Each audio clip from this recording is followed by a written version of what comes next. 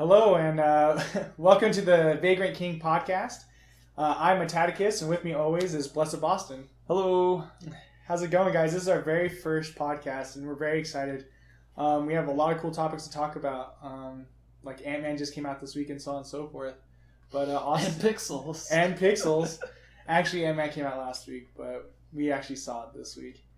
But let's kind of jump in here. We're going to talk about some movies and some gaming news. Austin, what exactly are we going to Well, I guess we can lead off with Ant-Man. It's kind of where we started, so we can talk about that. We saw it Monday because we were out of town.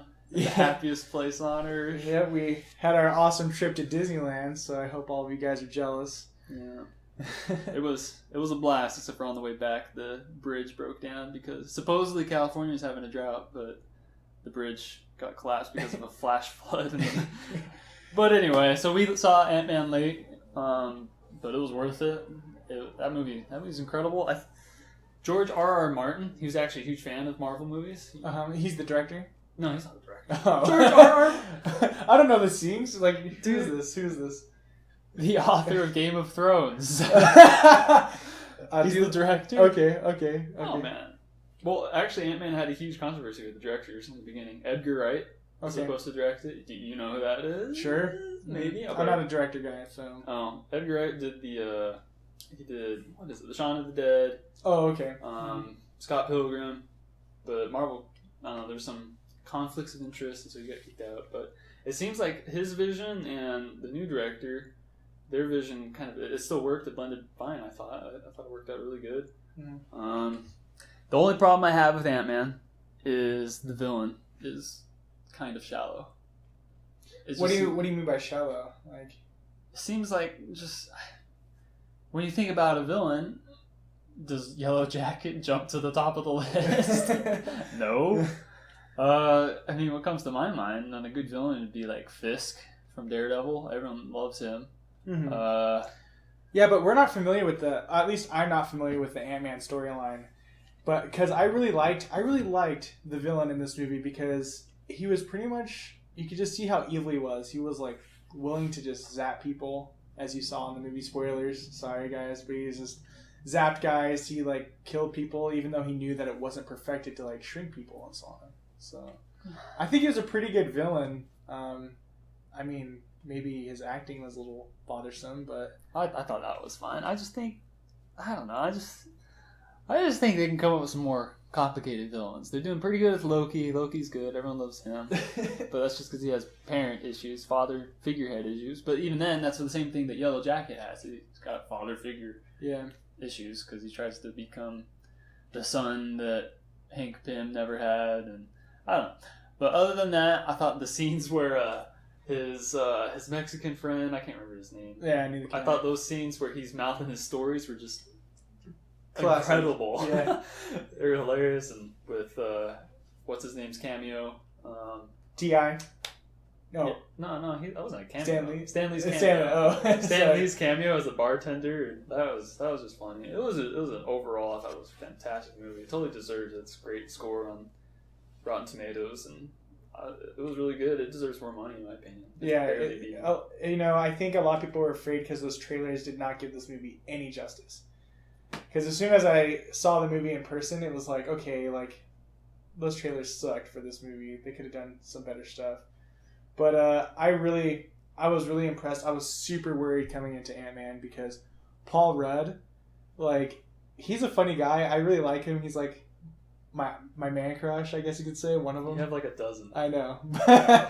But Paul Rudd, he's in Clueless. He's like, of course, role models. Like, he's in like Knocked Up, and I was just really worried to see him as a superhero. But to see him be able to pull it off pretty well, like he was actually real funny, but also just you could see him as being an uprising hero or just kind of like a rebellious like outcast hero. That's really cool. And so I was really happy to see him in this movie and saw how well he did. But it also really surprised me in the credits to see that he had some do with the writing or the screenplay with it. Yeah. That was super cool to see. That was awesome. I really wonder how much influence he actually had on there. If he's going to go Ben Affleck and start directing and acting and starring and writing. Paul Rudd directing Ant-Man 2. Oh, it's going to be... I wouldn't be surprised and I wouldn't be too upset about that. I'm always happy when someone gets their own start and things like that. Because I think, like Ben Affleck, I think he's going to be awesome as Batman. Yeah. Oh, yeah. And if he's going to be a director and he makes a Batman movie, cool. One more thing before we end on Ant-Man is I was surprised to see an Avenger in there. Oh, yeah. Yeah. That was awesome. Yeah, to just see them fight or kind of duke it out a little bit in there, I was like, whoa! Picture Captain doesn't find out about this. We're talking about the Falcon, in case none of you guys know. The Falcon shows up, and he's hilarious. It's a really funny fight scene, because Paul Rudd's apologizing the whole time. I'm sorry about this, sorry. Punching him. Oh, that was funny. It was good, and I was set up, I was just so worried, like, how are they going to put this in here? But they just set it up so perfect for, of course, the next Avengers movie, the next Captain America movie, the Civil War one. So they just set it up great. It's going to be fun. But yeah, so if you haven't seen Ant-Man, recommend go out and see it and support it. Support it so that Marvel will keep making the the unlikely superhero movies. Mm-hmm. So I don't think they're ever going to give up on them, but I think they'll. But yeah, just go support it. It's really good. Yeah. So in other movie news, we got Mockingjays Part 2 trailer. Okay, yeah, you showed that to me. I know you hated the Part 1 ending.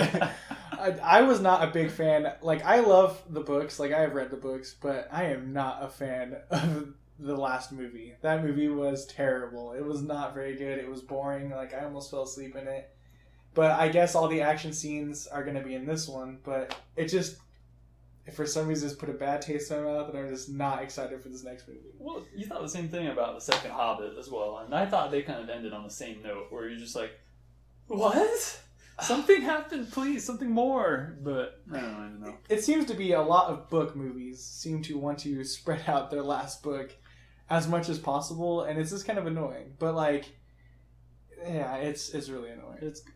But I think Mockingjay Part 2 is going to be really good. It looks really philosophical. Mm-hmm. It looks really deep. And what was that one like Smeagol looking creature that was in there? Did you see that? Where she like karate kicks him in the head, and it was creepy looking. Oh, It looked like Golem. Yeah. I don't even remember that in the books, but it's been a while since I've read them. But it's gonna be fun. It's gonna be a good movie. I think it's gonna. I'm excited. Well. It's to see Jennifer Lawrence again because I will admit that she's very attractive. So it's gonna be really exciting to see her on the screen again. In my opinion, I think she's attractive. I agree with you. she's a from dude to dude and to ladies. You just have to admit she's attractive. Always. So, the Rogue Cut for X-Men just came out. And a couple weeks ago. I still haven't looked at that yet. I'm going to get around to it. But the reason I bring that up is because Bryan Singer, the director of the X-Men's, the current franchise of X-Men's, has come out and said that there will be a crossover between Fantastic Four and X-Men. Really? I think that's kind of exciting. You're a huge X-Men fan, right? Yeah, I like the X-Men. Is there much crossovers between Fantastic Four and X-Men? Well, the X-Men, of course all of us know that X-Men are part of the Marvel Universe. And so, of course, those crossovers happen, and everybody makes a crossover with the Fantastic Four, because they're the original. They're some of the original superheroes from Marvel.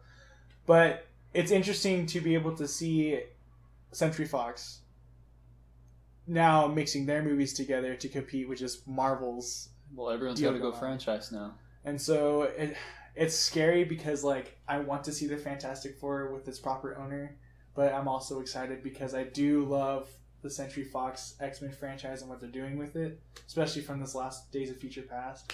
So I'm excited, but it's also kind of it's scary. I really wonder how far in the future that they're planning that. Like, is it a couple movies from now? Is it? I don't know. I think it's probably going to be based off of how well received the new Fantastic Four is going to be, because the first Fantastic Four franchises are okay. They weren't the best. That's why Captain America bailed ship and became Captain America. That's true. So, but Gambit casting news came out this week, and they found there's been leaks that, well, not necessarily leaks, but in the casting news, it's going to be the third X-Men movie of 2016, and it's going to start filming this October, and it's starring Channing Tatum as Remy LeBeau. Is that how you say it? LeBeau? Yeah, LeBeau. LeBeau. Mm-hmm. Actually, I think it's Beau. LeBeau. LeBeau. That sounds better. LeBeau. But a lot of it, what I do like is that they're asking for a lot of the casting, a lot of the new people that are coming in to speak fluent French. Really? I think that's awesome. I'm always tired of movies where they don't actually speak like the language. They make a fake accent. Yeah. For example, you know the movie that Tom Cruise stars in that takes place in Germany, where he's one of the guys that's charged to assassinate Hitler. Is that Inglourious Basterds? No, that's not Inglourious. It's a different movie. Valkyrie? Valkyrie, yes. Valkyrie. Okay, I haven't seen that. They all speak English in there, which I guess is understandable. Otherwise, it'd all have to be in German. But it's something like that. If it had been all in German, I would have thought it would have been cool. But it would have been like a dubbed movie. But I don't know. I guess that's a bad example to use that one. I just wish more movies would actually use the natural language. I was thinking of the part. You said Brad Pitt, right? Where? In Valkyrie, that's Brad Pitt? No, it's Tom Cruise. Oh, Tom Cruise. Oh, sorry, I get those two mixed up all the time. But they look exactly alike. I was thinking of Inglourious Basterds with Brad Pitt, and there's the guy pretending to speak French, and like Brad Pitt's like, "Oui, oui," and so like I was just picturing just those terrible accents. It's like I guess you could compare that movie, but well, that one does do really good. Christoph Waltz, we're gonna get to him as well. Christoph Waltz, he's incredible in that movie. Yeah. But so yeah, that's that. Apocalypse is supposed to feature a bigger and better Quicksilver scene. Yeah, that's what everyone's been waiting for. I mean, when something works, don't break it. Right? That was probably one of the funniest, best scenes I saw in a movie. So it's real exciting. It's exciting to hear that they're using Quicksilver more. So that's good. I saw a screen capture of him and Jennifer Lawrence looking at each other, and they have like some sort of battle armor on. He looks like he's going to be playing a really big role in this. Cool. Speaking of Christopher Waltz, we're going to skip down a couple. Christoph Waltz. In the Spectre trailer, it is shown we get to see him as the main bad dude. Well, maybe the main bad dude. You never know with the Bond movie. Mm-hmm. He looks awesome. He looks legitimately evil. Like you just hate his guts. But we also see Drax the Destroyer in there. Yep. Dave Bautista. He looked good. He looked unrecognizable with that beard. I really liked him with that beard and the golf cap. Real cool. Oh, he looked intense. I thought he's probably going to be one of the more memorable henchmen, I feel like. Yeah. So I'm excited to see the fight scenes with that guy because it's probably going to be pretty intense. There's one little clip of him breaking through the door, busting through a door. Like he looks like the Hulk. He's going to be good in there, I think. And then the last villain is Andrew Scott. Okay. Whom we know from Sherlock Holmes as Which Sherlock Holmes? The new one with Benedict Cumberbatch. Oh, I'm what? sorry. Oh, I am sorry. I'm missing out on that. We're all learning new things. He is. What's Sherlock Holmes' nemesis name? I don't know. Look it up. Oh, he's the guy. It starts with an M. Mad-Eye Moody? No. Close. Close. Some weird thing. It's a. Oh my god. He's the one that he pushes off the waterfall and kills him, right? Moriarty. So Moriarty, he plays like a psychotic Moriarty, and he does really good at it. But he also plays a like bad son in John Adams, the HBO miniseries John Adams. So he's got a lot of talent, and I'm glad to see him coming out even more because if he makes it to a movie, that's his time to shine, and hopefully he gets his own stuff. That's why I think because he's a high profile talent, despite you've never heard of him. I never heard of half the people, so Andrew Scott shouldn't feel too bad that I haven't heard of him. I didn't recognize his name either. I'm more of a face person, but I'm really glad to see him in there because he's an excellent Moriarty, and I'm glad to see him as a villain. Mm-hmm. That's why I think there might be a twist on the main bad guy because he's a really good villain. So we'll see. That's awesome. I see LeBron James. This is all over Facebook, but LeBron James has been claimed to be in Space Jam 2, the star of Space Jam 2, which is exciting because I would say he is the modern day equivalent of Michael Jordan. He is. So without a doubt. So I'm excited to see that. I hear he's in that new movie with Trainwreck, and I hear he's the best part in that movie. I can't wait to maybe see that. I guess I don't know. I saw the trailers and I felt like I saw the whole thing, so I probably won't get around to it. But he's good in that. He's also extremely good in his SNL sketches. So if you've never seen those, I have never seen. Okay. Make sure you go catch those. He's really funny, and I think he's going to be great in Space Jam too. I hope that comes to pass really well. Let's see what else came out. Oh, the early reviews for Rogue Nation, Mission Impossible have come out. Okay. That looks incredible. I think people have said it's amazing. I'm pretty stoked that he's doing his own stunts still. So that airplane stunt.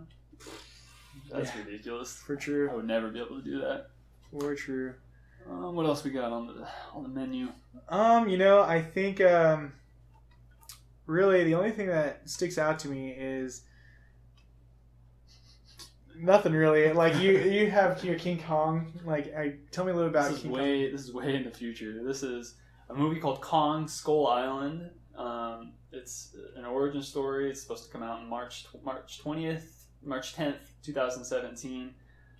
It's supposed to take place 1970s Detroit. It's got a few big names on there. I can't remember them right now, but it's obviously they weren't that big. 3-hour King Kong movie was. I thought it was too much. I thought it was good. Too much. Well, we'll see what happens. See if they can make this another franchise. Kong, we'll see. Kong Jr. We will. Kong's see. uncle. It's gonna be interesting. But yeah, I'm excited.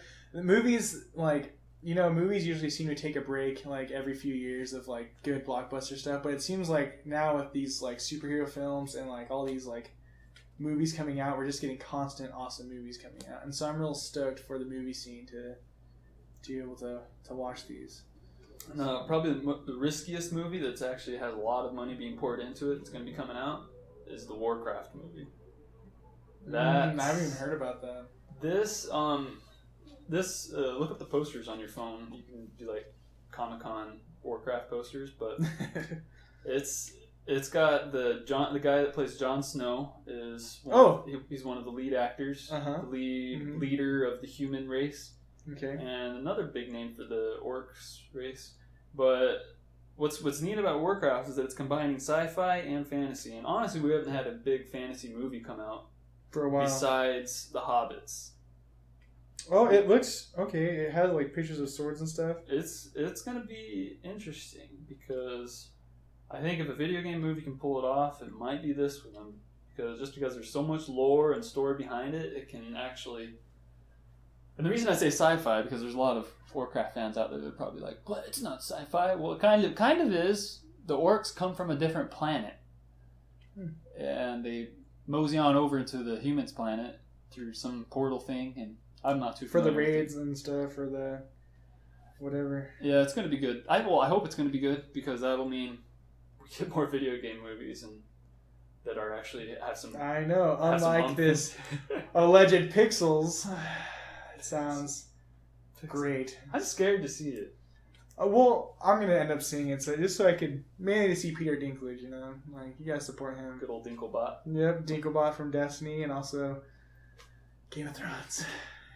That guy, he's also came out of nowhere. But. Well, he's been in a lot of movies because he was also the main guy. Elf. Yep. Call me. Anyway, but Pixels. I don't know what Adam Sandler's doing. I mean, hopefully this doesn't kill the video game genre, which I don't think it will, because we saw Wreck-It Ralph 2, which is good. Wreck-It Ralph probably saved the video game movies. I think so.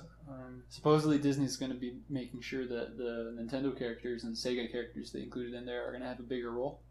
That's going to be interesting. That's good. We didn't really see. I don't think we saw Mario at all last time because there was Bowser. They had a lot of bad guys. They had Zangief from Street Fighter. They had Bowser. They even had some hidden ones like Kano from Mortal Kombat. Well, just because they're bad guys doesn't mean they're a bad guy. That's one of the best quotes in that movie. Oh goodness. Probably the last couple things on movies we got. Oh, this is the funniest thing that came out this week. Michael Jackson originally wanted to play Jar Jar Binks. I heard that. That's crazy. Ooh, Misa gonna save you. I can imagine him having one glowing hand as well, or one glowing floppy ear. I don't know. Ooh, it's kind of chilly down here. Ooh, Misa. Misa chilly.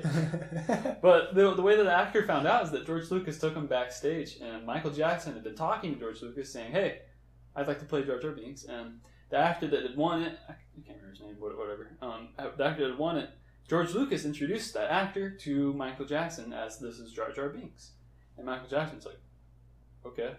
And the actor didn't know that Michael Jackson had wanted to play him, so there was some little intrigue going on there. That's so interesting. That's really weird. That's the weirdest. What do you think it would have made Jar Jar Binks likable? Maybe a little bit. Well, the reason George Lucas ended up not casting him, and I think this is the perfect reason, is that Michael Jackson's name, power, and fame would have, I don't know, supplanted a bit of the Star Wars thing, because it would have been like, true, because they usually do no namers for Star Wars. So well, except for some of the prequels, like Liam Neeson, everyone's favorite black guy, Samuel Jackson. Samuel Jackson. Wow. But what? He's my favorite. He's the best. So I thought that was a weird little thing. Another new trailer that came out this week was The Good Dinosaur. Another of Pixar. Course, yeah. 2 Pixars in 1 year. Who does? Does that come out this year? Yeah, it comes out this year. I did not know that. That's awesome. I think Thanksgiving or the day before.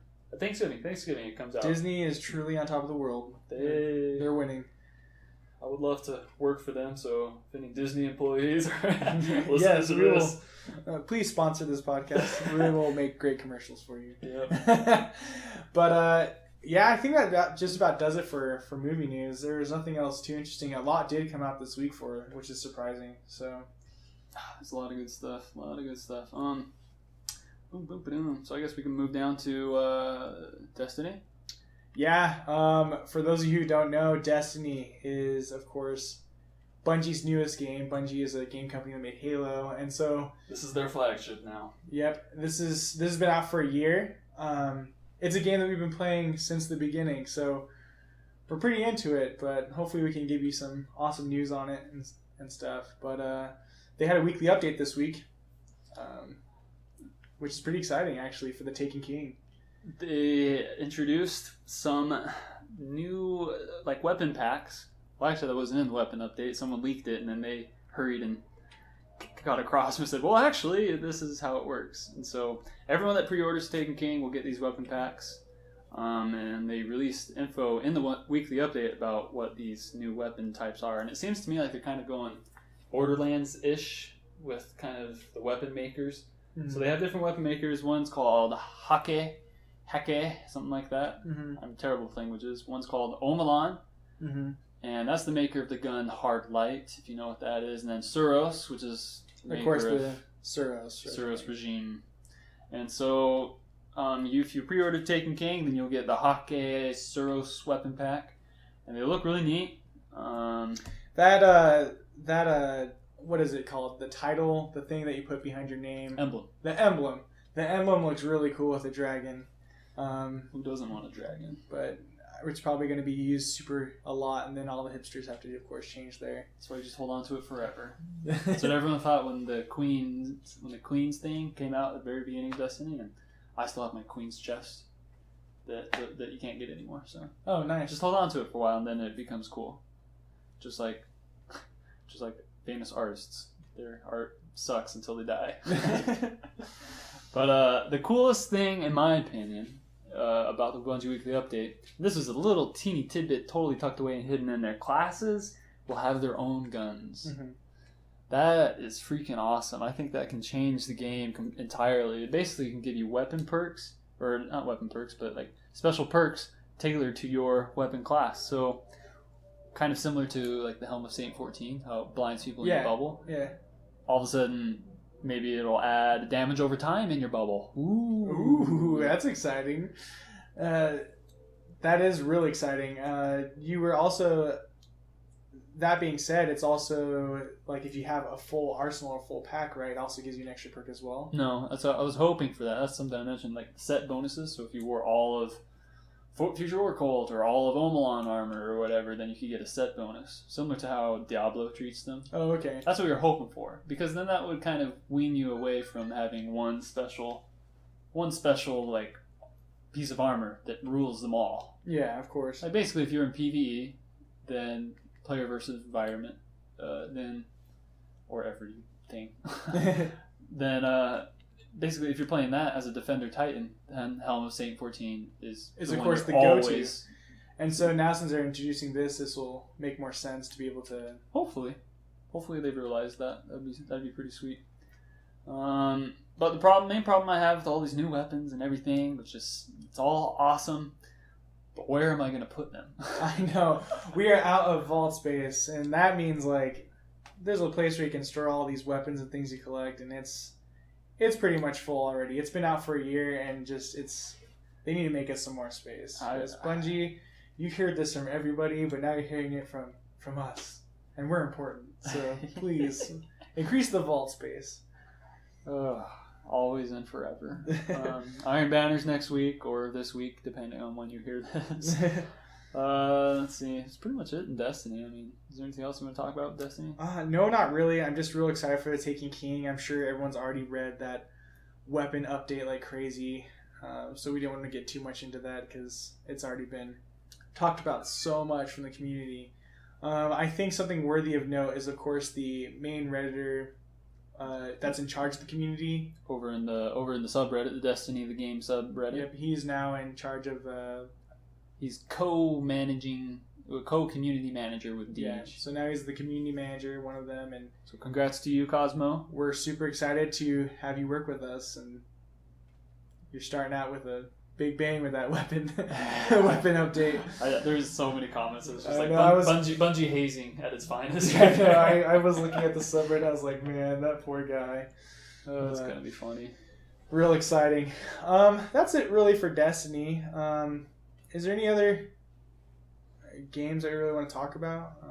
There's Halo. I'm just excited to see the Halo Republic Commando. That's pretty much what it's going to be. Yeah. I know you never played Republic Commando, and you should get around to it somehow if you can get an emulator for it or something like that. Mm-hmm. But it's for the original Xbox, and it was just incredible squad commands, and it was just a ton of fun because you could. It wasn't just one dedicated spot for like a squad member. You could totally mix and match like where you actually wanted them to go, and it was just a real blast. And I hopefully they incorporate that in the new Halo because that would give Halo a breath of life because it's kind of waning right now. It's just been repeating itself over and over. Yeah. But I'm super excited to have these dual campaigns of like the Hunted and the Hunter, and I'm excited, of course, to see Nathan Fillion back in playing as Buck. Buck the Spartan now. Yep, and so it's really exciting to see some of the old characters come back from the franchise, and I'm excited for this Halo. It looks really, really cool. So, yeah. I guess the biggest news from that is they addressed that they're removing split screen from... that was news a little while ago, but they gave like a really good detailed description as to why they took it out. I'm not going to read you the whole thing. There's a little moment, a little snippet in here. Mm-hmm. He says, with Halo 5, we are delivering massive scale environments, improved AI behavior, increased visual and gameplay fidelity, something that truly takes advantage of a new platform. You know, all the same mumbo jumbo you get for a new game. Yeah. And then he says, many of our ambitious goals for Halo 5 would be compromised in a split screen setting, and the time spent optimizing and addressing split screen specific issues would take focus from building other parts of the game.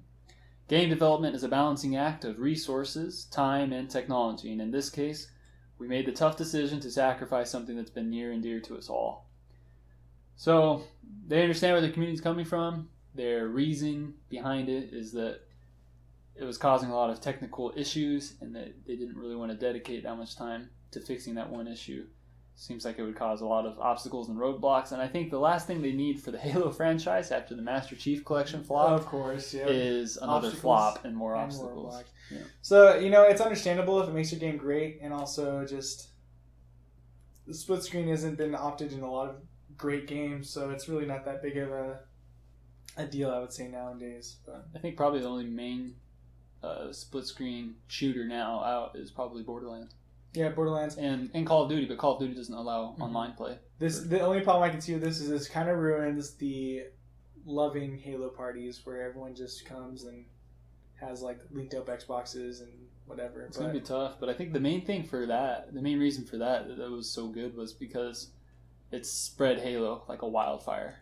Mm-hmm. Like between friends, like, hey, I played this over at my buddy's house. Everyone knows about Halo now. Yeah. So I guess it's not too big of a loss, but it's still We'll see. We're excited to be able to play your game So it's going to be interesting. I think that's it for game news. I'll probably move on to news. To news. We actually talk about real stuff because it matters in the real world. So this is interesting. I just now read this, and it says Chicago's amusement tax law went into effect July 1st, 2015. 9% tax on Netflix, Spotify, Pandora, Xbox Live, PS Network subscriptions, and any movie/game rentals. That's including Amazon Prime. Yeah, so they're adding taxes to that for just the state of Chicago or for everywhere? The state of Chicago? The city of Chicago? City of Chicago. It's Just a state now, by the way. You've heard it here first, so don't worry, guys. We're telling the truth. Chicago is a state. So, I think it's the most ridiculous thing ever. It's an amusement tax. How are they going to draw a line on that? I'm amused by this podcast right now. Let's tax it. Yeah. Like, really? I think it's stupid, and what they're basically encouraging is piracy. I'm sorry, I don't feel like paying 9% tax, or these companies are going to fight against it. Maybe if it's going to cause people to shy away from it. But I really think the main takeaway from this is that torrents are just going to. It's going to torrent business because it's going to have to change, I think, websites and stuff too, because now Amazon's going to have to add like extra pricing to like their checkout in just Chicago. Just Chicago? I don't really know if that's how it's going to work exactly like that. I don't know the details on it. I'm just worried about this law possibly spreading because lots of these online streaming things is pretty much how I live, and so. Mm-hmm. If you guys live in Chicago and obviously know more information about what they're going to do, please email us, and we'll mention that later if how you can contact us. But we really would love to know more about that. And in your email, explain it to me like I'm 5, please. Yeah, well, explain it to me. I mean, I am 5, so with a beard, so it's really nice. And also in later news this was announced a while back, but apparently there's a little bit more rumors that snuck out. This Okay, week. Universal Studios might be in cahoots of making a video game-based theme park based on Nintendo and Blizzard properties. If that is true, I cannot wait to go there. But hopefully a bridge does not get flooded out on our way back. We were actually just talking about this at Disneyland. Like, what if they made a video game place where like you saw all these things? And Nintendo makes so much sense. Like, I would love to go up and like shake hands with the mascot of Mario. I mean, really, can you imagine a ride, like a physical ride where it's a side scroller, but it's like a treadmill, and there's pipes and things coming across it. That sounds great. That sounds like exercise. Jump. I'd be fine with a little bit of exercise if I got to be Mario for a little bit. And also, you put on the raccoon hat or the tail, and like you're hooked up to a harness and you just fly up. I don't know. I think it'd be real fun. There's a whole bunch of stuff, but the main thing that we know that is hard rumors. Hard rumors is this is Infamous, a article on a website and /film. A Mario Kart ride is certainly in the works, which that's the most obvious. Of course, that's the easiest thing to make. Yeah. Autotopia. Definitely. If Disney owns that, they could get rid of Autotopia and put in the Mario Kart there, and I'd be there all the time. But so that ride is certainly in the works, along with possibly a Pokemon and a Legend of Zelda ride. I don't know if they're going to be doing the little teacups for Pokeballs, where you just ride a Pokeball and just spin the Pokeball around. I don't know how they're going to do that. You take a tour of the inside of a Pokeball, so we can all finally find out that mystery of how the Pokemon form. But Legend of Zelda, you're just given a sword and some grass, and all you do is go. Yeah, Legend of Zelda, I mean, could do some cool stuff. Like, I guess they have like that snowboarding scene and some of them in the Skyward Sword, zip line, grappling, stuff like that. And so they could do some cool rides. Or the first thing I kind of think of is like more along the lines of like the Peter Pan ride at Disneyland, or like the Mr. Toad's Fantastic Ride. It's just real visual, more of a story, and more involved. Kind of like Splash Mountain, where they have like the characters like, oh, hey, blah blah blah. And so are there animatronic cool stuff like that? It's the end, and Zelda stabbing Ganondorf. Yeah. Oh, that'd be fun. That'd be fun. I could see it story driven, but Universal's more been about rides, I think. They're kind of more into like really just like making you feel like you're in the movie or in the thing. Harry Potter land. And especially the tour bus is probably the funnest part of Universal Studios, seeing Jaws attack you and like King Kong is like shaking stuff and everything's exploding. And so and of course Harry Potter land. whatever it's called. Yep, over in. It's going to be good, I think. It's going to be really nice. So, the last bit of news, this is the scariest bit, in my opinion, is that Jeep or Chrysler vehicles, they have a feature called Uconnect, and it was hacked. Okay. Scientists, the good science, not scientists, programmers or whatever, I don't know, I guess they can be considered scientists, they were able to hack in and control brakes. They were able to cut transmission. They were able to control driving. It was pretty intense. Air conditioning as well. That's the scariest one here in Arizona. You can throw me off a cliff, but don't take away my air conditioning. But the worst thing about it is that Chrysler's having to recall 1.4 million vehicles. Because of this hack. Because of this. They can't send patches over the air. They have to. So they're either going to have to mail USB sticks, USB drives to their customers, or they have to bring the car in physically. Tesla's already got a leg up on this. Tesla, they do it over the air. But I just thought that was really scary. And all of a sudden, if you see a high-profile political activist all of a sudden disappear as a car crash over the edge, and it was a Chrysler. Yeah, Ooh, that'd be real so far, bad. there's been nothing. But that's scary. Especially, I like Jeeps, so that's real scary. Just makes me nervous because there's a lot of stuff that's integrating like that kind of technology. Yeah. And the rumors are is that Apple is making their own car, an Apple car. Oh, great. Ooh. So, Apple, hopefully you learned from this week and don't make the car hackable, and also don't make the car like $30 billion. Please don't put the fingerprint scan on the doors. This is going to cause a lot of problems. Oh, yeah, it's gonna do. That's all I got, Matt. What do you got? You know, I'm really into music, so one of my friends, he just started his own little music thing. He's a DJ. His name's U Demon, and I just wanted to urge everyone to check him out. He's on SoundCloud. How you spell U Demon is really extremely weird. Just put that in the notes. Yeah, put that in the show notes. I need to look it up real fast as text, but. So he's got a little band going or something? Yeah, he's a techno artist, so if you're really into that stuff, you're going to hear some of it. He's going to be part of our theme song, but it's, what the garbage. I don't like this at all. How dare he send me links. It's, EUDEMONE. I'll just put it in the show link. So we'll put it in the show link for you if you want to check it out, but, check him out. It's really good music. We'll play a little clip for you next time. You'll hear some of it, because he'll be our sweet DJ, so it's gonna sound awesome. That's exactly what it sounds like. So just shout out to him.